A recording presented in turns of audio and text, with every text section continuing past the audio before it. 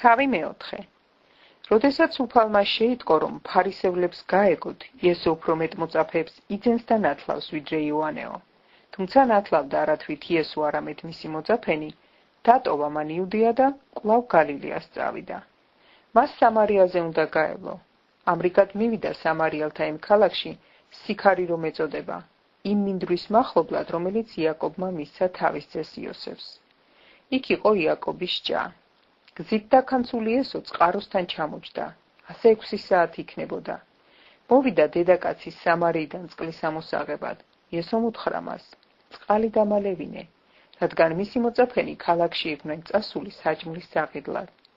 უთხრა მას სამარიელმა დედაკაცმა: როგორ მთხოვ შენ იუდეველი სამარიელ დედაკაცს დამალევინეო, რადგან იუდეველებს არა აქვთ ურთიერთობა სამარიელებთან.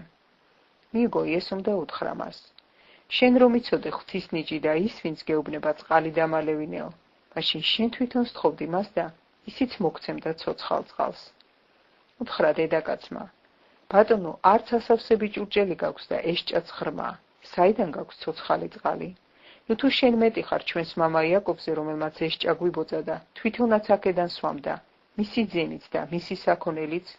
მიიგო იესომ და უთხრა მას: ყველას ამ წყლის მსმელს კვლავ მოსწყურდება, ხოლო ვინც დალევს წყლიდან, რომელსაც მე მივცემ მას, საუკუნოდ არ მოსწყურდება, რადგან წყალი, რომელსაც მე მივცემ, მასში გადაიქცევა წყლის წყაროდ, რომელიც საუკუნო სიცოცხლე დიდინებს. უთხრა დედაკაცმა: ბატონო, მომეცი ის წყალი, რომ აღარ მომწყურდეს და აღარც წყლის ამოსაღებად მოვიდი აქ. უთხრა მას: წადი, მოუხმე შენს ქმარს და მოდი აქ. მიუგო დედაკაცმა და უთხრა: მე არ მყავს ქმარი. იესომ უთხრა: მართალი თქვი, მე ქმარი არ ამყავსო. რადგან 5 ქმარი ყავდა და ის, ვინც ახლა ყავს, არც ისაა შენი ქმარი.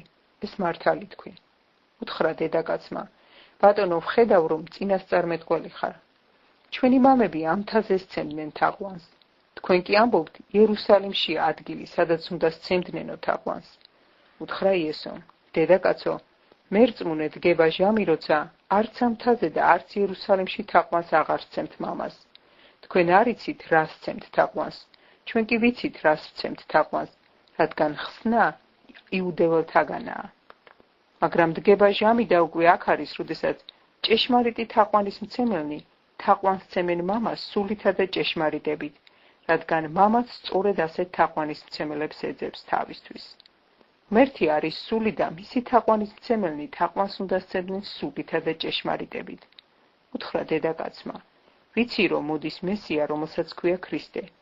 ის რომ მოვა, ყველაფერს გაგვიცხადებს. უთხრა მას იესომ: მე ვარ, რომელიც გელაპარაკება შენ. ამ დროს მოვიდნენ მისი მოწაფეები და გაუკვირდათ, რომ იგი დედაკაცთან საუბრობდა, მაგრამ არც ერთს არ უთქვამს, რას ეძიებ ან რას ელაპარაკებიო მას.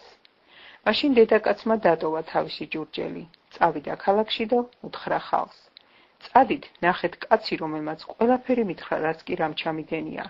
იგი ხომ არაა ქრისტე? გამოვიდნენ ქალაქიდან და წავიდნენ მასთან. ამასობაში მოწაფეებმა სთხოვეს მას და უთხრეს: რაბი, ჭამე, ხოლო მან უთხრა მათ: მე მაქვს საჭმელი, რომელიც თქვენ არ იცით.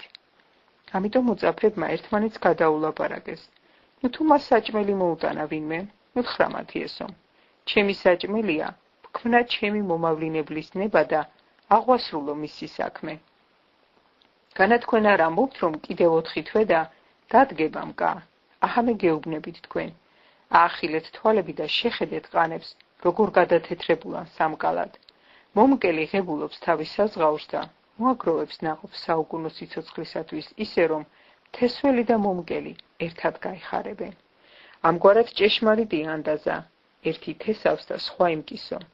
მე თქვენ მიგავლენთ იმის მოსამკელად, რაზედაც არ გიშრომიათ. სხვებმა იშრომეს, თქვენ კი მათ შრომაში შემოხვედით. ბევრმა იმ ქალაქში მცხოვრებმა სამარიელმა ირწმუნა იგი იმ დედაკაცის სიტყვით, რომელიც ამოწმებდა: ყველაფერი მითხრა, რაც ჩამიდენიაო. ამიტომ, როდესაც მოვიდნენ მასთან სამარიელები, სთხოვეს მათთან დარჩენილიყო და იგი 2 დღეს დარჩა იქ. კიდევ მრავალმა ირწმუნა მისი სიტყვის გამო. უთხრეს იმ დედაკაცს: უკვე გვწამს არა შენი ნათქვამის გამო, არამედ თვითონ მოვუსმინეთ და ვიცით, რომ ჭეშმარიტად ის არის წუთის ოფლის მხსნელი. 2 დღე რომ გავიდა, წამოვიდა იქიდან გალილეაში, რადგან თავად იესო მოწმობდა, რომ წინასწარმეტყველს თავის სამშობლოში არ აქვს პატივი. როცა გალილეაში მივიდა, გალილეველებმა მიიღეს იგი რაკი ყველაფერი ნახეს, რაც მოიმოქმედა იერუსალიმში დღესასწაულზე, რადგან ისინიც ესწრებოდნენ დღესასწაულს. ასე რომ იესო კვლავ მივიდა გალილეის კანაში, სადაც წყალი ღვინოდ აქცია და იყო იქ ერთი აზნაური, რომელსაც შვილი ჰყავდა ავად კაპერნაუმში. როგორც კი გაიგო იესო მოსულა იუდეიდან გალილეაშიო, მივიდა მასთან და შეევედრა, წაყოლოდა და განეკურნა მისი შვილი, რადგან სიკვდილის პირას იყო. უთხრა მას იესომ: არ ირწმუნებთ თუ კი ნიშნებსა და სასწაულებს არ იხილავთ. უთხრა მეფის მოხელემ: უფალო წამოდი, სანამ ჩემი შვილი არ მომკვდარა. უთხრა იესომ: წადი, ცოცხალია შენი შვილი. იმ კაცმა ირწმუნა იესოს ნათქვამი სიტყვა და წავიდა. შინ რომ ბრუნდებოდა, მისი მსახურები მიეგებდნენ მას და უთხრეს, რომ მისი ვაჟი ცოცხალი იყო. მან კითხა, თუ რომელ საათზე გამომჯობინდა. უთხრეს: გუშინ მე-7 საათზე გაუარაო სიცხემ. ამით მიხვდა მამა, რომ ეს ის საათი იყო, როცა იესომ უთხრა: ცოცხალიაო შენი შვილი და ირწმუნა მან და მთელმა მისმა სახლმა. ეს მეორე სასწაული მოახდინა იესომ მას აქეთ, რაც იუდეიდან გალილეაში დაბრუნდა.